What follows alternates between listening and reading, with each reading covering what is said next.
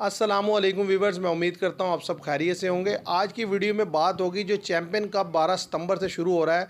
शुरू होने से पहले ही वो कंट्रोवर्सीज़ का शिकार होने लगा है। तो मेरे साथ है हमज़ा, उनसे हम गुफ्तगू का आगाज़ करेंगे और उनसे जानेंगे कि कौन सी ऐसी जो कंट्रोवर्सीज़ हैं जो इस अभी टूर्नामेंट के शुरू होने से पहले ही हमारे सामने आना शुरू हो गई हैं। अभी जबकि सिर्फ कैप्टन अनाउंस हुए हैं और स्क्वाड अनाउंस किए हैं, तो वो आपको बताएंगे, उसके ऊपर हम करेंगे अपनी डिस्कशन। तो पहले हमज़ा से पूछते हैं कि ये कंट्रोवर्सीज़ हैं कौन सी। तो सबसे पहले कंट्रोवर्सी अगर देखा जाए तो शहीन अफरीदी कि जैसा कि अभी रिसेंट सीरीज़ में इनको सेकंड टेस्ट से ड्रॉप कर दिया गया और फिर वर्ल्ड कप में कहा गया कि जी इनका एटीट्यूड सही नहीं था, इन्होंने मोहम्मद यूसुफ के साथ बदतमीज़ी की। और भी जो हमारे हेड कोच थे गैरी क्रिस्टन ने भी कहा कि जी ये कुछ ना कुछ करते रहे वर्ल्ड कप के दौरान भी। उसके बाद इन्होंने, अब आप देख लें, इन्होंने लायंस का उसको कप्तान बना दिया। तो ये कभी उनको ड्रॉप करते हैं। अभी इन्होंने रिसेंट अभी, जैसा कि हमारे जो बॉलिंग के हेड कोच हैं जैसन गिलस्पी, उन्होंने कहा कि जी हमने शहनशाह अफरीदी के साथ मीटिंग की है और उन्होंने कहा है, उनको बताया है कि आपके जो वीक लिंक्स हैं उन पे आप काबू करें और फिर आप को हम शामिल करेंगे स्क्वाड में। तो ये है कि इन्होंने, ठीक है, उनको रखा है चैंपियन कप में कि उनकी प्रैक्टिस हो, पर उनको कप्तान बना दिया। कप्तान बना दिया तो इसका मतलब है कि वो जो मर्ज़ी करें, वो तो खेलेंगे मैच, सारे मैच खेलेंगे। नहीं, हमें उनके मैच खेलने पे एतराज़ नहीं। जो एतराज़ है या जो जिस चीज़ पे जो कंट्रोवर्सी चल रही है या जिस चीज़ पर बड़ी यानी कि डिबेट है, वो ये है कि भाई एक प्लेयर को आप इसलिए टीम से निकालते हैं कि वो इनडिसिप्लिन का मुजाहरा करता है। क्योंकि जो भी रिपोर्ट आई 2024 के वर्ल्ड कप के बाद, उसमें आया कि शहीन अफरीदी जो हैं वो ताउन नहीं कर रहे थे, जो मैनेजमेंट है उनके साथ, कैप्टन के साथ उन्होंने ताउन नहीं किया और उनकी फॉर्म नहीं है। इसीलिए एक टेस्ट के बाद उन्हें टेस्ट टीम से भी निकाल दिया गया। और एक तरफ तो आपने उनसे, जब वो T20 के कप्तान बने तो कुछ ही अरसे एक ही सीरीज़ के बाद आपने उनसे उनकी कैप्टनसी ले हाँ ली। जी। और फिर जो टेस्ट में वो नायब वाइस कैप्टन थे तो वो भी आपने ले लिया। तो अब जब आपने उनसे कैप्टनसी भी ले ली, वाइस कैप्टनसी भी ले ली, तो अब आपने उन्हें जो है वो चैम्पियन कप में जो है वो एक टीम का जो है कैप्टन मुकर्रर कर दिया। तो या तो आपके वो वाले जो स्टांस थे वो वो गलत थे, या ये वाला स्टांस जो आपने लिया है ये गलत है।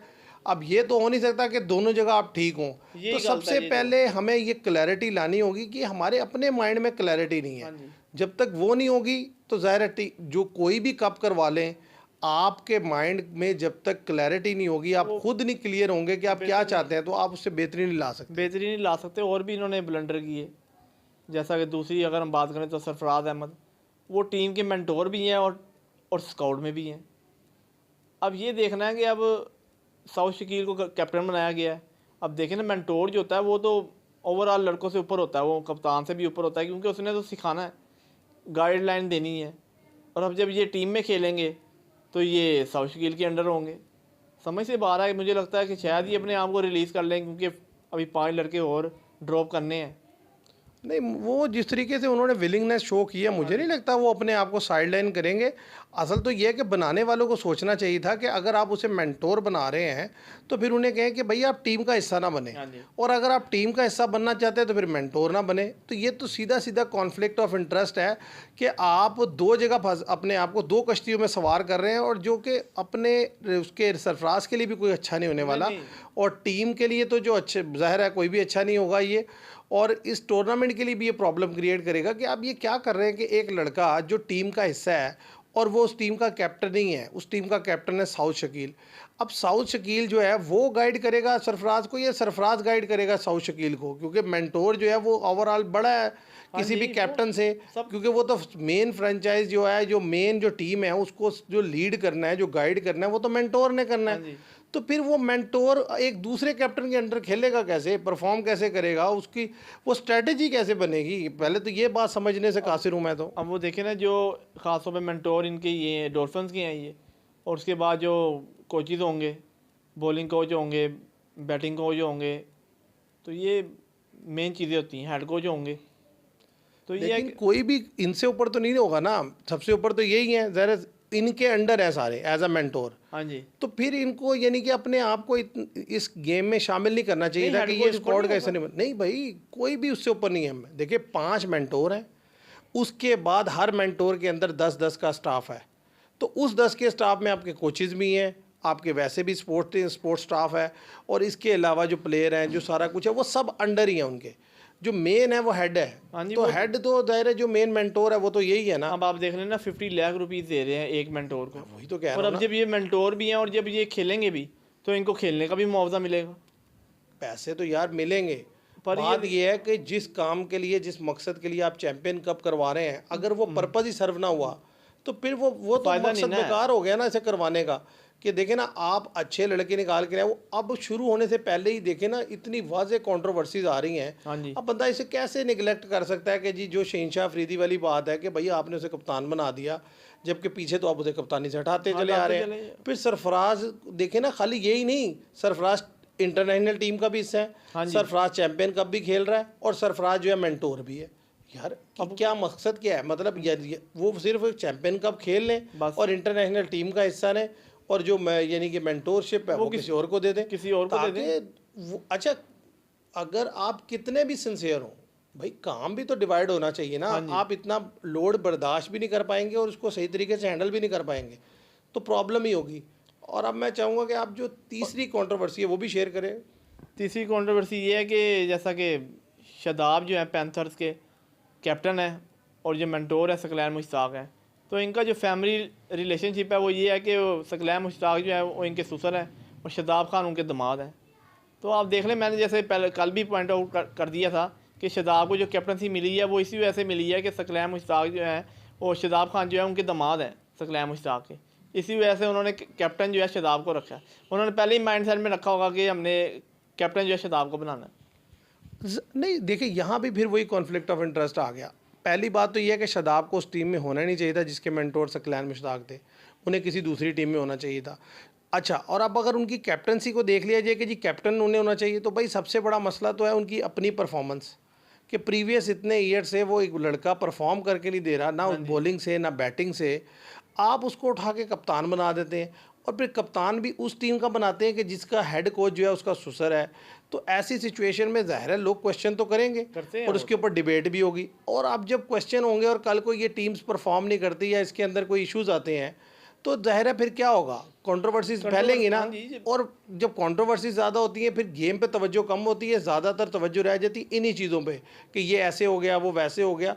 तो मेरा नहीं ख्याल कि ये कोई ठीक चीज़ है। इन चीज़ों को पहले से एड्रेस कर लेना चाहिए था, अनाउंस करने से पहले कि यार ये फैक्टर हमें देख जो है ना, मसाइल जो है ना देखने पड़ सकते हैं, तो पहले हमें से इसके लिए आप- कुछ ना कुछ सोच लेना चाहिए। पहले से आप ऐसी प्लानिंग करें कि कोई आप पे उंगलियां ना उठाए, कोई कंट्रोवर्सी ना करे।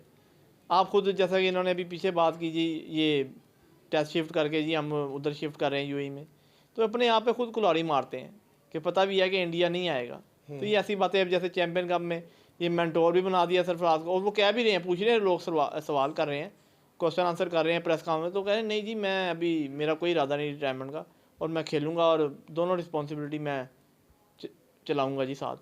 और फिर सबसे बड़ी बात पता है क्या, अभी जो लोग ज़्यादा डिटेल से चीज़ों को देख रहे हैं उनमें से कई लोग ये पॉइंट आउट कर रहे हैं कि जिन लोगों को इन्होंने फिटनेस पे बाहर किया है, उनमें से कुछ लोग ऐसे भी हैं जो पाकिस्तान ए के लिए खेल रहे थे। तो अगर वो लोग पाकिस्तान ए के लिए खेल रहे थे, तो भाई अचानक से 15 दिन के अंदर उनकी फ़िटनेस को क्या होगा, या तो इंजरी हो गई, वो तो और बात है। अगर फिटनेस नहीं थी तो फिर वो ए टीम का हिस्सा कैसे बन गए? यानी कि ये जो ऐसी चीज़ें हैं जो जिससे जो है ना सवालिया निशान, प्रॉब्लम हाँ जी। आती है और क्वेश्चन मार्क बार लगता है उस टूर्नामेंट पे और आपकी सिलेक्शन पर और आपकी सोच पर। आप देखें ना, इस पे क्वेश्चन मार्क ये लगता है कि जब वो अब इंजरी का शिकार है, रिहेबिलिटेशन में है, तो आप ने ए टीम में उनको कैसे शामिल कर लिया? क्या आपने इंजरी के साथ ही उनको भेज दिया था? नहीं, मैं वही तो कह रहा हूँ ना। अब नहीं, ये उस तरह से नहीं कह रहे ना, ये ऐसे कह रहे हैं कि जी उतनी फिटनेस नहीं है कि यार उनको जो है ना ये खिलाया जाए। तो मैं ये कह रहा हूँ अगर उतनी फिटनेस नहीं थी तो फिर एक कप एक कप कैसे खिलाया? पाकिस्तान ए के लिए कैसे रिप्रेजेंट कर दिया उन्होंने? तो ये चीज़ें हैं जिनको इन्हें देखना चाहिए। ये वही है मसला कि उनको लड़कों को क्या कि जी ये रिहेबिलिटेशन में है, ठीक है, उनकी जगह कोई अपने मनपसंद ले आएंगे।